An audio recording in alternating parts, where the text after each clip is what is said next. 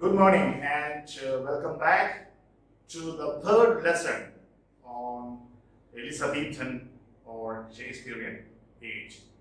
Today's lesson will be exclusively dealing with William Shakespeare.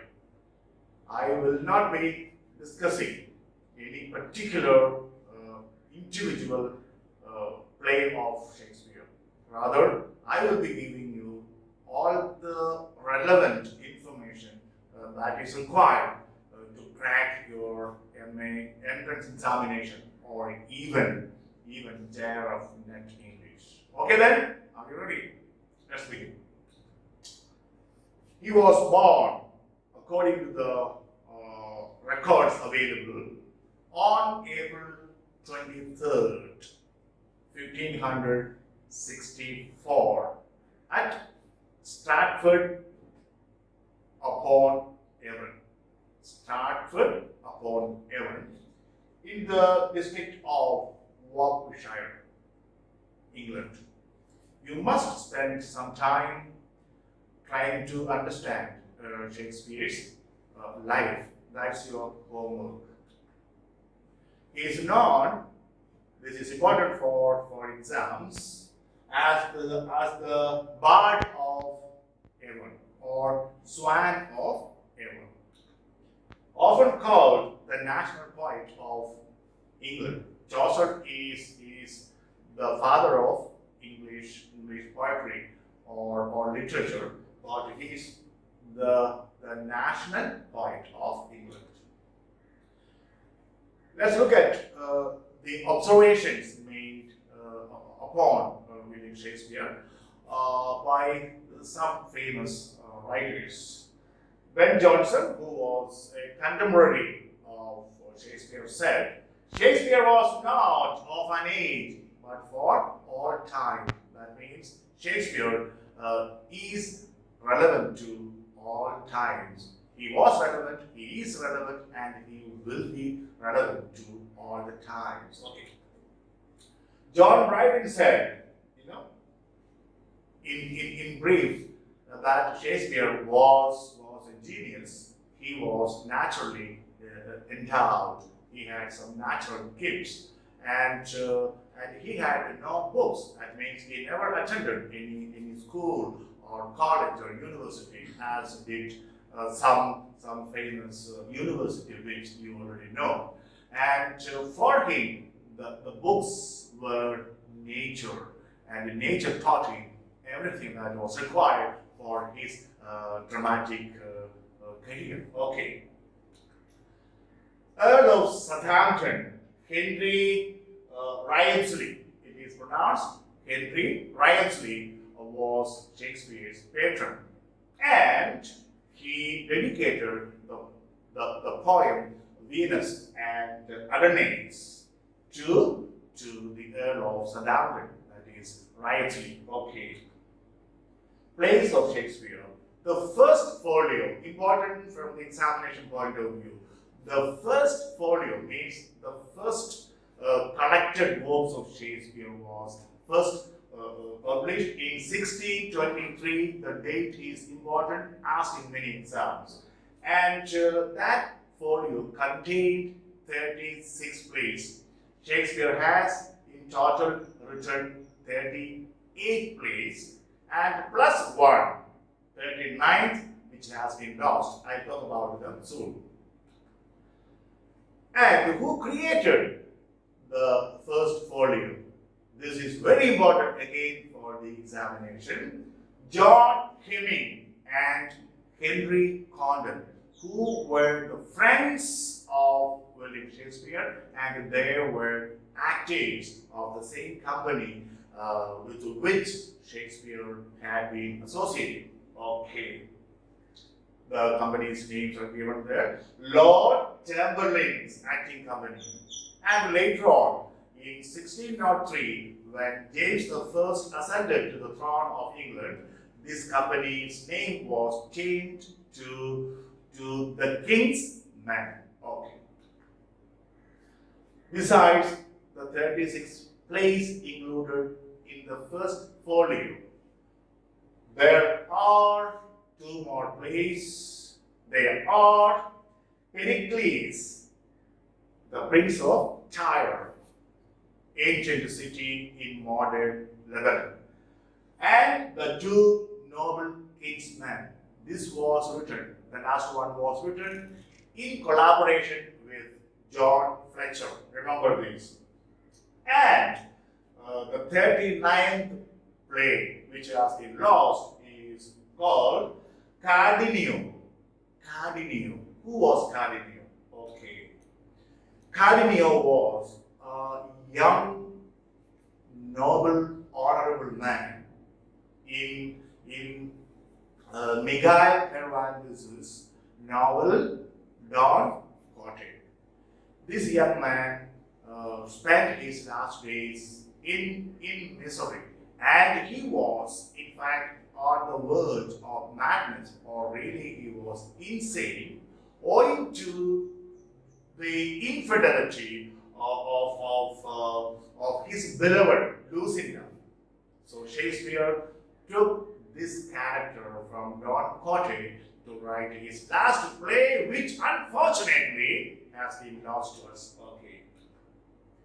The majority of Shakespearean scholars agree that he wrote 38 plays. Remember that. Now, I have divided his plays into three categories.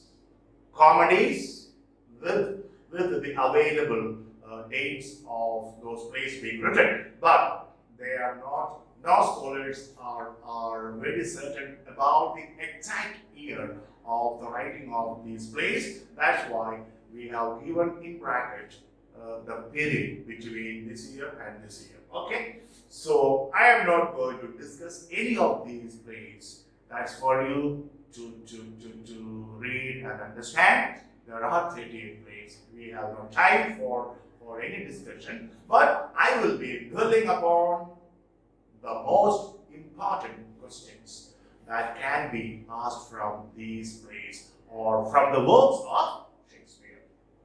This is a list of comedies of Shakespeare with the probable dates of their composition.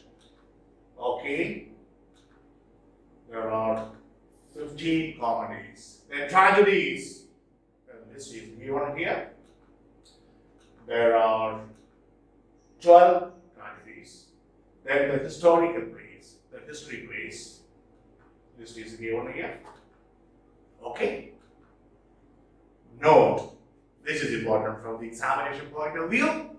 Henry VI, Part 1 is considered to be Shakespeare's first play. Remember this. The two noble kinsmen, a tragic comedy written in collaboration with John Fletcher, is Shakespeare's last play. Then you may ask, sir, The Tempest? Yes. But The Tempest is the last play written all by Shakespeare himself. Okay. Now, some tragic comedies. What do you mean by tragic comedies? Plays which have the elements of both comedy and tragedy, and tragic elements are predominant. Such three plays are there: The Merchant of Venice, Winter's Tale, and The Tempest. Notable problem plays of Shakespeare. What are these problem plays? Bernard Shaw, when we come to him later, wrote a lot of problem plays. In fact, all his plays are problem plays. What are problem plays? Problem plays are plays which do not have a resolution when the play ends. The issues raised actually remain quite unresolved. Such plays are All's Well That Ends Well, Measure for Measure, This Is the Best, Troilus and Cressida. Okay. Now, Thersites. Thersites is a character in Troilus and Cressida. Now, Troilus and Cressida is set against the background of the Trojan War. And Thersites was was in the Greek army. And what is the speciality about this character? He was a misanthrope, a hater of mankind, and he is the most cynical person in the entire Shakespearean output of characters. Remember this from the examination point of view. Now, Shakespeare plays with cross-dressing. Questions are asked on this for MA entrance, for BA entrance, even for NET JRF. Now, what is cross-dressing? Women dressed as men, disguised as men. And of course, there are two plays where men disguise or dress as women. Not very important, but I will mention those two also here. First one, the Merchant of Venice, Portia, dressed as Balthazar, a young lawyer. Second one, in As You Like It, Rosalind, dressed as Ganymede.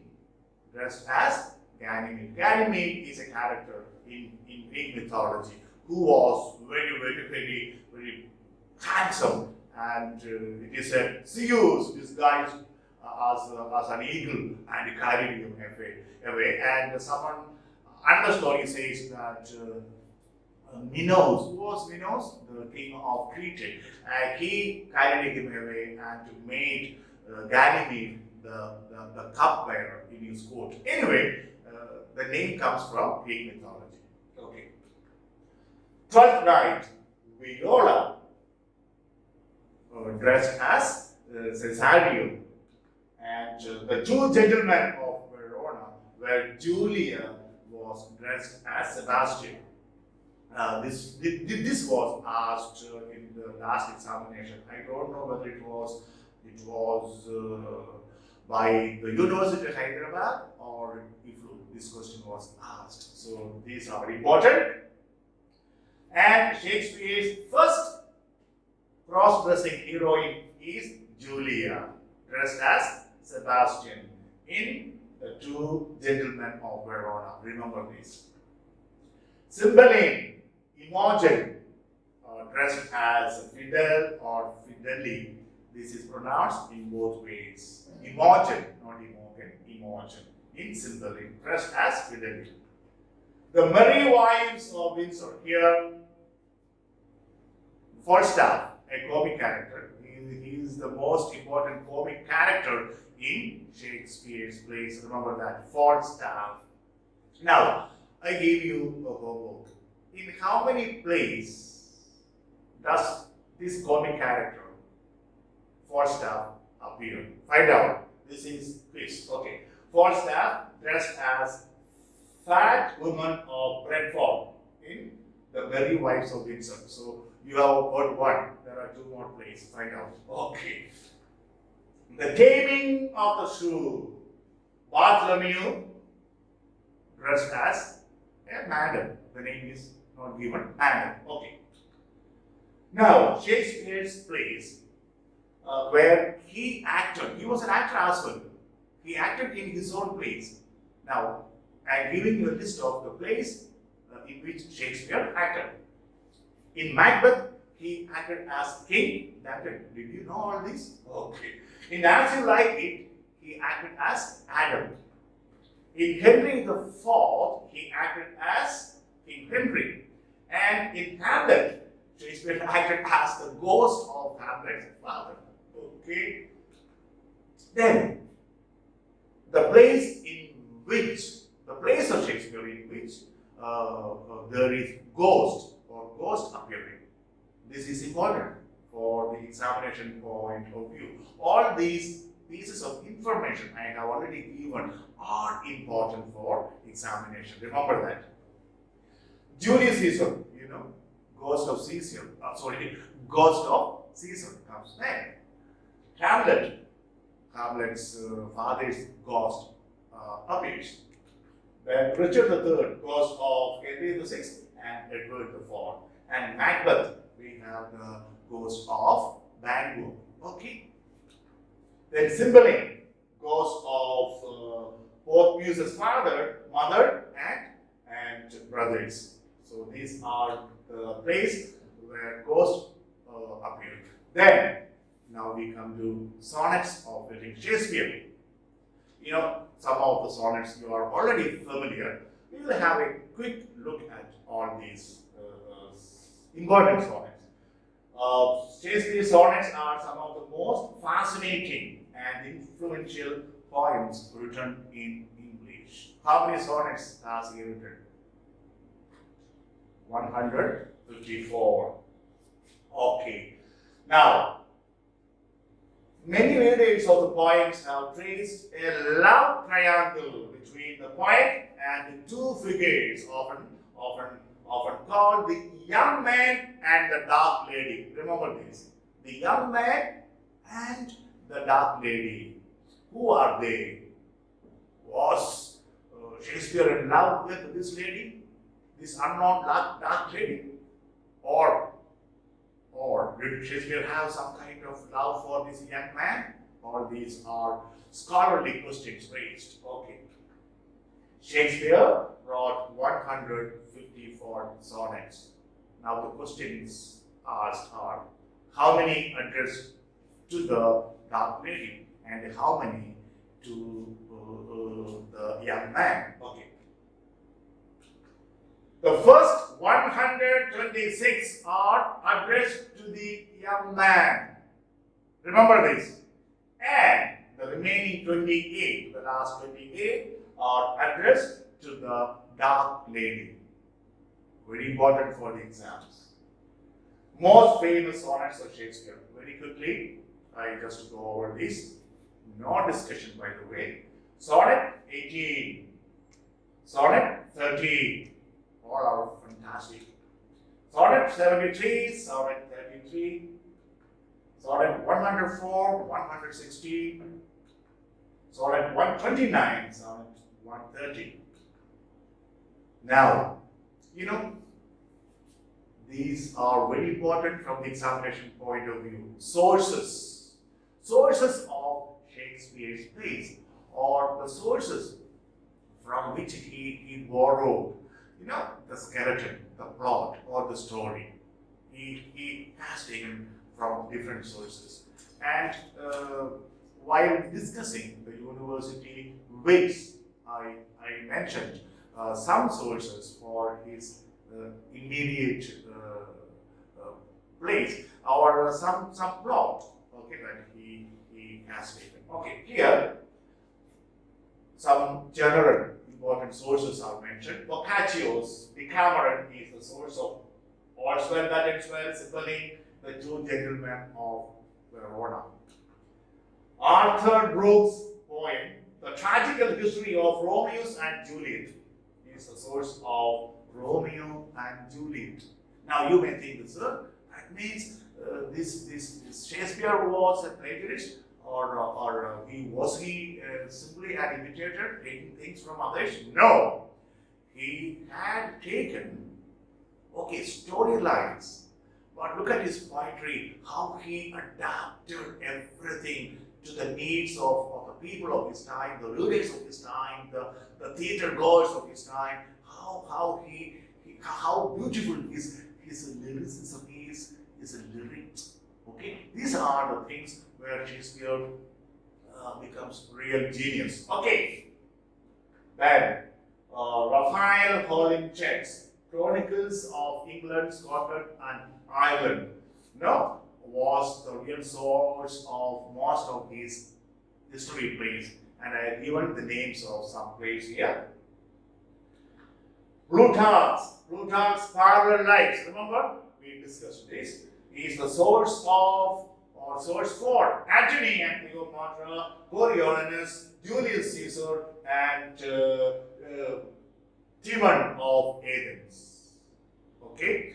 And I think this is pronounced Timon, or some people pronounce it as Timon. Anyway, okay.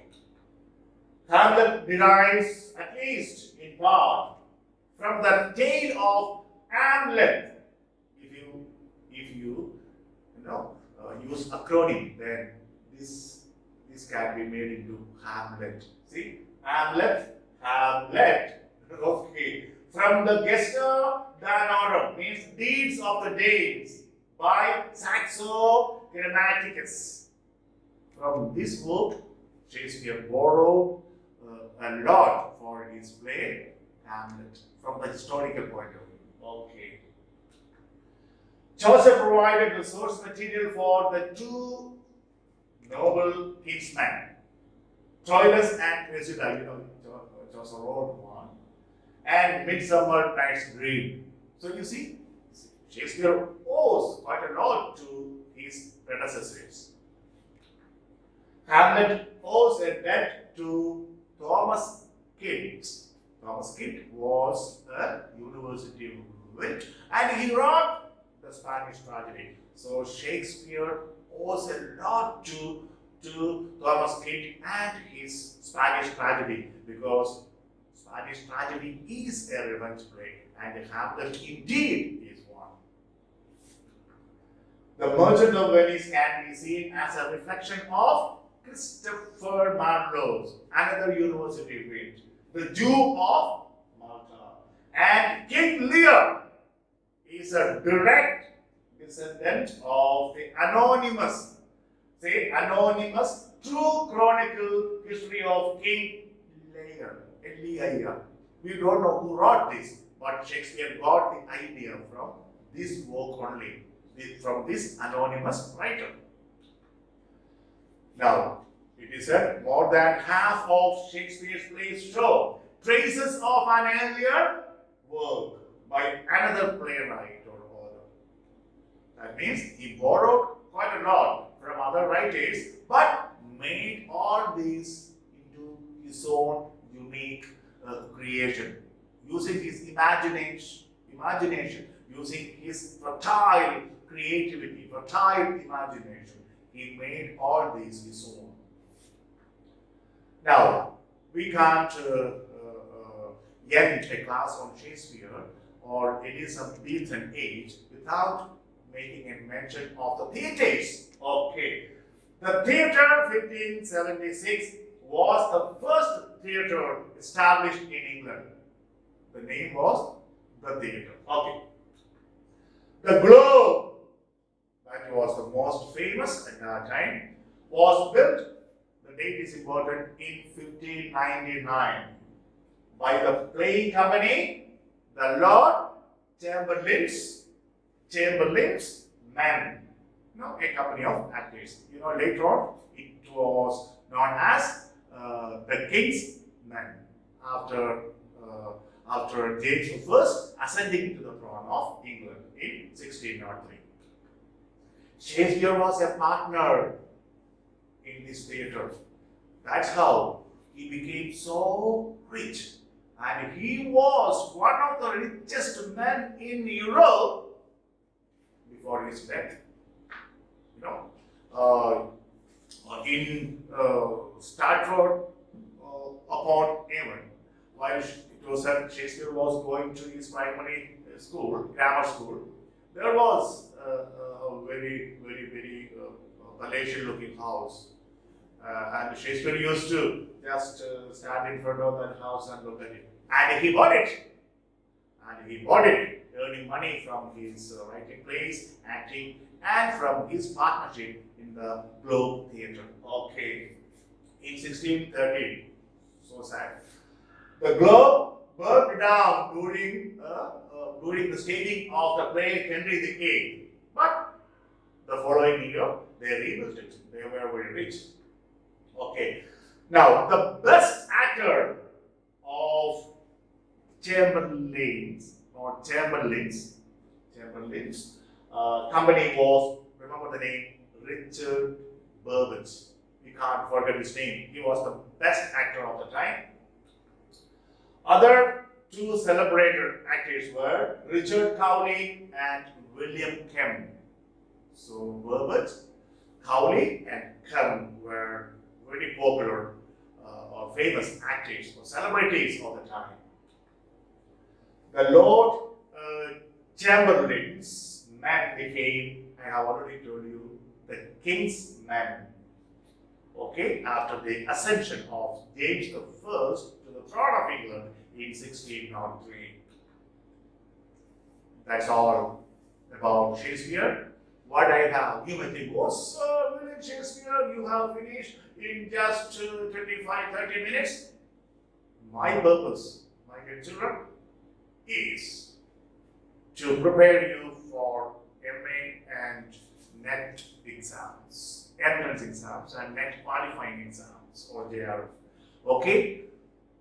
We cannot and we don't have time to discuss each of these plays, but you must become familiar with a few plays, especially his tragedies: Macbeth, Hamlet, Othello, King Lear, then plays like Julius Caesar, okay, Antony and Cleopatra, Twelfth Night, The Merchant of Venice, As You Like It, The Tempest, A Midsummer Night's Dream. Please become familiar with at least these plays. Just read, don't worry. Tomorrow I will be uploading, rather we will be uploading a list of the most important characters in Shakespearean plays, a list for the examination. And I will be also uploading one more thing, the most important quotations from Shakespeare's different plays.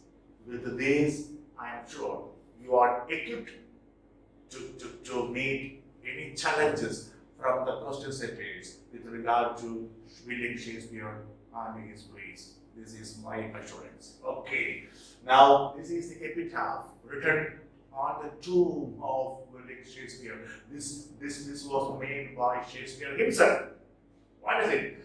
Good friend, for Jesus' sake, forbear to dig the dust enclosed here. Blessed be the man that slays these stones, and cursed be that man who moves my bonds. That means he's telling, please don't do anything. Don't have anything to do with my tomb. Don't remove anything from here. If you do that, you will be cursed. And if you don't, if you remain polite and obey what I am saying, then okay, you will be blessed. These are the words of Shakespeare himself, and the words inscribed on a tomb, okay, are known as epitaph. Epitaph. Okay, epigraph is something that is written in the beginning of the chapter. Don't confuse these two. Okay, that's all about William Shakespeare. Take care, stay healthy, and be